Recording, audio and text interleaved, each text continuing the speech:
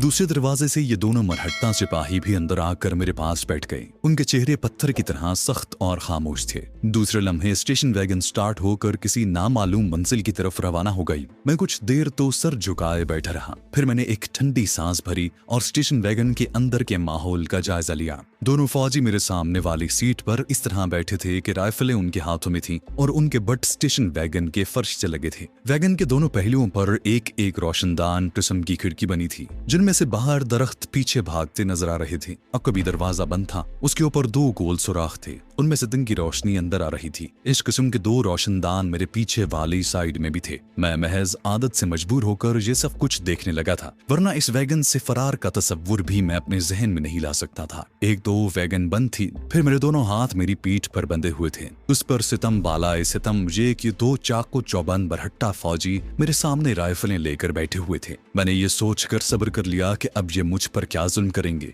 जो होगा देखा जाएगा। मुझे मौत मंजूर है, मगर जबान से एक लफ्ज भी नहीं उगलूंगा। फौजी वैगन कच्चे रास्ते से निकलकर अब पक्की सड़क पर आ गई थी। उसका रुख शुमाल मगरिब की तरफ था और ये सड़क अहमदाबाद की तरफ जाती थी। हो सकता है मुझे अहमदाबाद शहर के किसी फौजी इंटेरोगेशन सेंटर में मुंतकिल किया जा रहा हो। मैं सोच रहा था और फौजी वैगन छोटे छोटे कस्बों को पीछे छोड़ती भागी जा रही थी। फिर ऐसा हुआ कि वैगन की छत पर बारिश की बूंदों के गिरने की आवाज आने लगी। बारिश शुरू हो गई थी। मैंने सर झुका लिया और तसव्वुर ही तसव्वुर में लाहौर शहर की बारिश को देखा। शालामार के बुलंदोबाला गुंजान दरख्तों पर शीशे की किरणों की तरह गिरती बारिश और फजा गुलाब और मोतिये की खुशबू से महक उठी। खुदा जाने अब मुझे अपने प्यारे वतन पाकिस्तान की ज़ियारत नसीब होगी भी या नहीं। एक एतबार से काफी हद तक मायूस हो गया था, क्योंकि जिस अंदाज से मेरी निगरानी की जा रही थी, जहां से फरार मुझे एक नामुमकिन बात नजर आई। शायद ये इस करबंगेज अजियत का असर था जो मुझे 14-15 रोज मुसलसल दी गई थी। मेरी आंख अभी तक दर्द कर रही थी। रास्ते में ही बारिश रुक गई।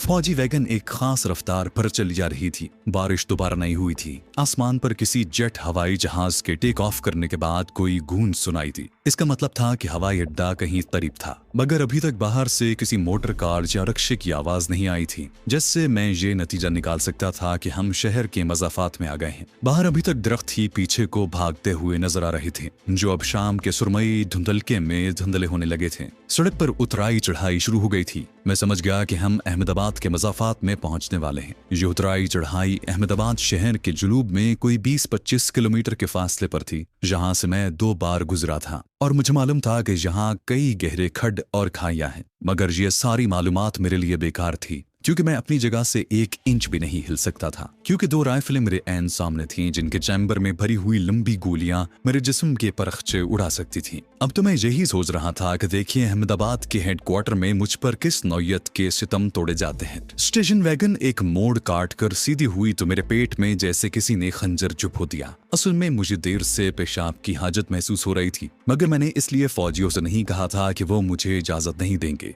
अब जब मेरे पेट में टीस उठी तो मैंने बड़ी आजिज़ी से कहा, भगवान के लिए मुझे पेशाब करने दें। पहले तो उन्होंने कोई ध्यान न दिया। जब मैं गिड़गिड़ाया तो एक फौजी ने ड्राइवर की साइड पर हाथ से ठक ठक की तो वैगन की रफ्तार हल्की हो गई। क्या बात है? मराठी जबान में उसे कहा कि कैदी का पेशाब निकला जा रहा है। मुझे यकीन था कि दूसरी तरफ से यही जवाब मिलेगा कि इसे कहो कि वैगन में ही कर दे, लेकिन मेरी तवक्को के खिलाफ वैगन सड़क की एक तरफ खड़ी हो गई। मैंने खुदा का शुक्र अदा किया, क्योंकि वाकई मेरा बुरा हाल हो रहा था। अगली सीट से कोई छलांग लगाकर बाहर उतरा। फिर वैगन का अकबी दरवाजा खुलाया। इसे ले आओ। दोनों फौजी मुझे वैगन से बाहर ले आए। दोनों ने मुझे बाजुओं से पकड़ रखा था। दूसरे फौजी ने अपनी गन तान रखी थी। वैगन के बोनट के पास नौजवान लेफ्टिनेंट मरहट्टा खड़ा था। उसने कहा कि ऐसे यहीं झाड़ी में खड़ा कर दो। उन्होंने मेरे बाजू नहीं खोले थे। मैंने कहा, साहब मेरी पतलून। लेफ्टिनेंट ने मुझे घूर कर कहा, बकवास बंद करो, चलो जाओ। उसने एक फौजी को इशारा किया, जिसने मेरे हाथ खोल दिए, और इस दौरान मैंने ये देख लिया था कि शाम के धुंधलके में जहां मैं झाड़ियों के पास खड़ा था, वहां दूर नीचे कोई दरिया बह रहा था। ये दरिया उस जगह मिट्टी के ऊंचे टीलों की आगोश में से होकर एक चक्कर खाकर बाएं जानिब घूम गया था। दूर नीचे दरिया के किनारे तक झाड़ियों का सिलसिला था। अब तक मेरे जहन में फरार का ख्याल नहीं आया था, लेकिन अचानक दूर नीचे दरिया को बहते देखकर मेरे जहन में एक बिजली सी चमक गई। यूं महसूस हुआ जैसे कुदरत ने मुझे मौका फराहम कर दिया है और वैगन को यहाँ रुकवाया है।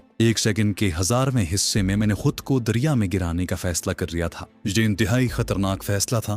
पहली बात तो ये थी कि मेरे पीछे 4 राइफलें, एक टॉमी गन मुझ पर तनी हुई थी। फिर लेफ्टिनेंट की पेटी के साथ पिस्तौल भी लटक रहा था। गोया एक पूरा फौजी मोर्चा मेरे पीछे था। अगर मैं नीचे लुढ़कता हूँ तो मुझ पर सैकड़ों गोलियों की बौछारें पड़ने लगती हैं। मगर खुदा जाने क्या बात थी कि मैंने इस तरफ कोई ध्यान न दिया। मुझे यूं लगा जैसे ये मेरी जिंदगी का आखिरी मौका है। अगर अब मैंने जरूरत से काम न लिया तो फिर दुश्मन की तैत से मेरी लाश ही बाहर निकलेगी। बमुश्किल 15 सेकंड गुजरे होंगे कि पीछे से मरहट्टा फौजी चिल्लाया, चलो बस करो। मैंने एक पल के लिए गर्दन घुमा कर देखा। मेरे दोनों मरहट्टा गार्ड मुझे बाजुओं से पकड़ने के लिए मेरी तरफ बढ़ रहे थे। यही वक्त था, यही मेरी जिंदगी की फैसला कुन घड़ी थी। फिर क्या हुआ, आज भी उस लम्हे को याद करता हूँ तो यूं महसूस होता है जैसे मुझे किसी ने पीछे से धक्का दे दिया हो। हालांकि ऐसा नहीं हुआ था। मैं बिजली की तड़प के साथ नीचे को झुका और फिर उछलकर अपने आप को ढलान पर गिरा दिया। ढलान बहुत सीधी और कटी फटी थी। मैं गेंद की तरह उछला और उछलकर बाएं जानिब एक झाड़ी पर गिरा। जाहिर है ऊपर से गोलियों की बौछार शुरू हो गई थी। झाड़ी में गिरकर उछला तो मेरा जाविया बदल गया था और मैं सीध से एकदम दाएं जानिब 70 डिग्री का जाविया बनाता दूसरी झाड़ी में जा गिरा। गोलियां मेरे ऊपर से और दाएं बाएं से सनसनाती गुजर रही थी। सड़क पर से फौजियों का शोर भी बुलंद हो रहा था।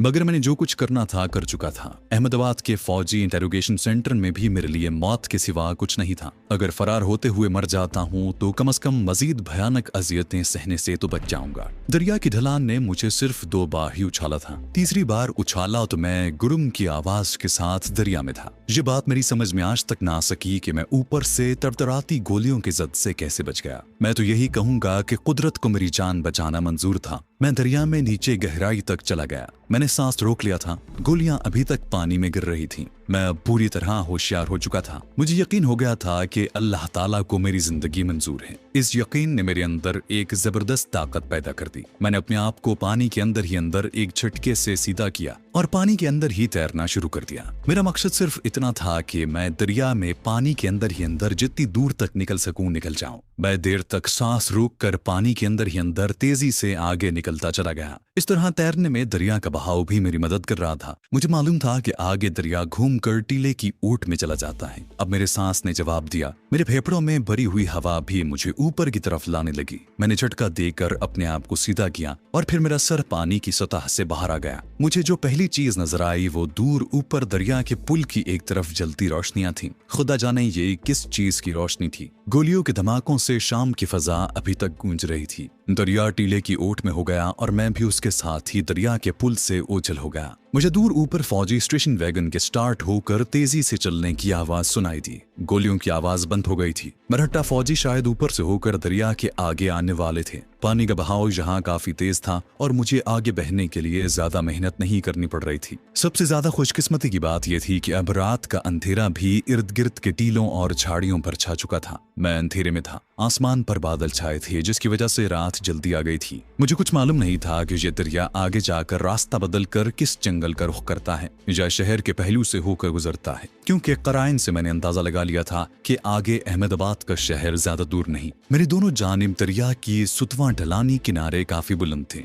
अंधेरे में ऊपर किनारों पर मुझे झाड़ियों के बड़े बड़े धब्बे दिखाई दे रहे थे। मैं इस खतरनाक तरीन इलाके से जितनी जल्दी हो सके गुजर जाना चाहता था। जिस्मानी अजियत सहने की वजह से मुझे तैरने में दिक्कत महसूस हो रही थी और मेरी रफ्तार भी ज्यादा नहीं थी। ताहम अंधेरा मेरी मदद कर रहा था। मैंने दिल ही दिल में आयतल कुर्सी का विर्द शुरू कर दिया। दरिया जहाँ ज्यादा गहरा नहीं था मगर पानी का बहाव खासा तेज था जिससे मुझे काफी मदद मिल रही थी। अचानक मुझे ऊपर किनारों की तरफ से फौजी वैगन के इंजन की गड़गड़ाहट सुनाई थी। फिर ये आवाज रुक गई और गोलियों के धमाके शुरू हो गए। शायद फौजी ऊपर झाड़ियों में फायरिंग कर रहे थे मगर गोलियां मुझसे काफी दूर थी। मैं आहिस्ता आहिस्ता तैरता हुआ उसी किनारे की तरफ आ गया जिस किनारे के ऊपर से फायरिंग हो रही थी। इस तरह मैं फायर के कवर में आ गया था। अगर दिन की रोशनी होती तो मैं मरहट्टा रेजिमेंट के फौजियों को जरूर नजर आ जाता और फिर मेरी खोपड़ी पाश पाश हो जाती। लेकिन अंधेरे में वो लोग मुझे नहीं देख सकते थे। उनके पास कोई सर्च लाइट तो थी नहीं। दरिया टीलों की आगोश से निकल आया था और उसका पाट चौड़ा होने वाला था। पाट के चौड़ा हो जाने से किनारे दूर हटने लगे। मैं अब तैरते तैरते थक चुका था और फिर मैं गोलियों की जद से किसी हद तक महफूज हो गया था। चुनाचे मैंने अपने आप को दरिया की अंधेरी सतह पर बिल्कुल सीधा लिटा दिया और सांस को एकदम से फेफड़ों में भर लिया। अब मैं एक तख्ते की तरह दरिया के बहाव की जानिब बढ़ने लगा। मैंने आहिस्ता आहिस्ता सांस छोड़ा और फिर सांस भर लिया। यूं चंद लम्हों में मैं एक लाश की तरह दरिया की सतह पर तैरने लगा। मेरा जिस्म बिल्कुल साकित था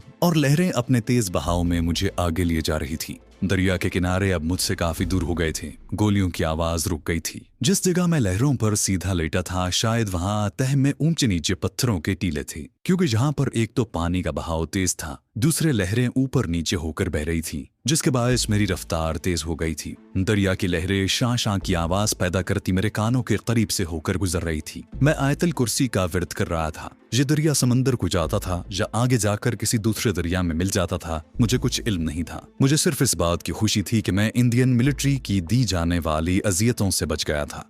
मैं अभी तक दुश्मन के खतरनाक तरीन इलाके में था। मेरे कानों में एक मानूस सी आवाज आई। पहले तो मैं ये समझा कि शायद ये आगे मौजों के किसी बहुत बड़े भंवर की सदायाब है, लेकिन बहुत जल्द ये राज खुल गया और इस मामले के हल होते ही मेरे दिल ने जोर जोर से धड़कना शुरू कर दिया। मुझे अपनी बाएं जानिब आसमान की तारीकी में दूर बुलंदी पर एक हेलीकॉप्टर की नीली और सुर्ख रोशनियां नजर आई। यकीनन ये फौजी हेलीकॉप्टर था जो मेरी तलाश में उड़ाया गया था। मुझे मालूम था कि अभी उसमें से सर्च लाइट की रोशनी निकलकर दरिया पर पड़ेगी और अगर मैं उन्हें नजर आ गया तो मुझ पर ऊपर से मशीन गन का फायर खोल दिया जाएगा। मैंने लेटे ही लेटे एक झटके के साथ अपने आप को किनारे की तरफ धकेलना शुरू किया। दरिया की लहरों ने आहिस्ता आहिस्ता मेरा रुख किनारे की तरफ कर दिया। इतने में वही हुआ जिसका मुझे डर था। हेलीकॉप्टर से रोशनी का एक दायरा निकलकर दरिया की सतह पर पड़ा और दरिया का वो इलाका रोशन हो गया। हेलीकॉप्टर एक दायरे की शक्ल में दरिया के ऊपर चक्कर लगाने लगा। अब वो नीचे आ गया था। रोशनी का नीम दायरा कौस की शक्ल में मेरी तरफ आ रहा था। मैं चौकस हो गया। ये दायरा मुझसे चंद गज के फासले पर था कि मैंने दरिया में डुबकी लगा दी।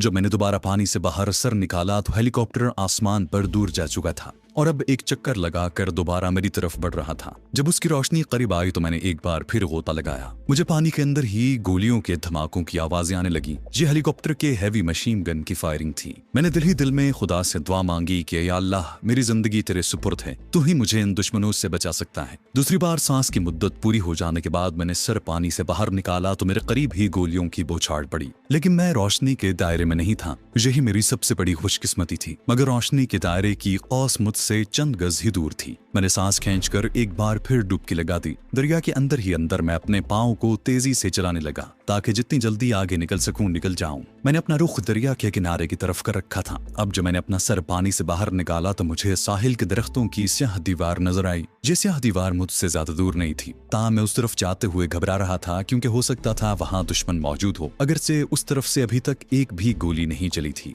मैंने महसूस किया कि मेरा जिस्म थकन से चूर होने लगा है और मैं ज्यादा दूर तक मुर्दा तारी भी न लगा सकूंगा, क्योंकि इसमें भी सांस को एक खास रफ्तार पर रखना पड़ता है और मेरा सांस पहले ही फूला हुआ था। फौजी हेलीकॉप्टर अभी तक दरिया के पाट के दरमियान ऐन ऊपर उसी तरह चक्कर लगा रहा था और उसकी सर्च लाइट मुझे दरिया के वस्त में ही तलाश कर रही थी। फिर हेलीकॉप्टर ने एक गोता सा लगाया और दरिया के दूसरे किनारे की तरफ चला गया। वो दरिया की सतह के काफी करीब आकर मुझे तलाश कर रहा था। मेरे देखते ही देखते कुछ दूर जाने के बाद हेलीकॉप्टर ने अपना रुख उस किनारे की तरफ कर लिया जिधर मैं तैर रहा था। मुसीबत अब मुझ पर नाजिल होने वाली थी। हेलीकॉप्टर नींद दायरे में घूमकर शोर मचाता गिड़गिड़ाता मेरे करीब आ गया। रोशनी का दायरा उसके साथ साथ दरिया पर चल रहा था। मैंने गोता लगा दिया। मुझे पानी के अंदर हेलीकॉप्टर की जबरदस्त गिड़गिड़ाहट सुनाई दी। वो मेरे ऊपर से होकर गुजर गया था। जब यह आवाज जरा दूर चली गई तो मैंने सर पानी से बाहर निकालकर सांस छोड़ा और फौरन ही सांस भर लिया। हेलीकॉप्टर दूसरे किनारे की तरफ घूम कर जा रहा था। कमबख्त अभी तक उसके वापस जाने के आसार नजर नहीं आ रहे थे और मैं बार बार पानी में गोता लगाने और सर बाहर निकालने का ज्यादा देर तक खतरा मोल नहीं ले सकता था। दरिया के अपने वाले किनारे के बारे में मुझे तसल्ली हो चुकी थी कि उधर कोई सिपाही नहीं है, क्योंकि एक तो ये किनारा घने जंगल में था, दूसरे इस तरफ से अभी तक एक भी फायर नहीं किया गया था।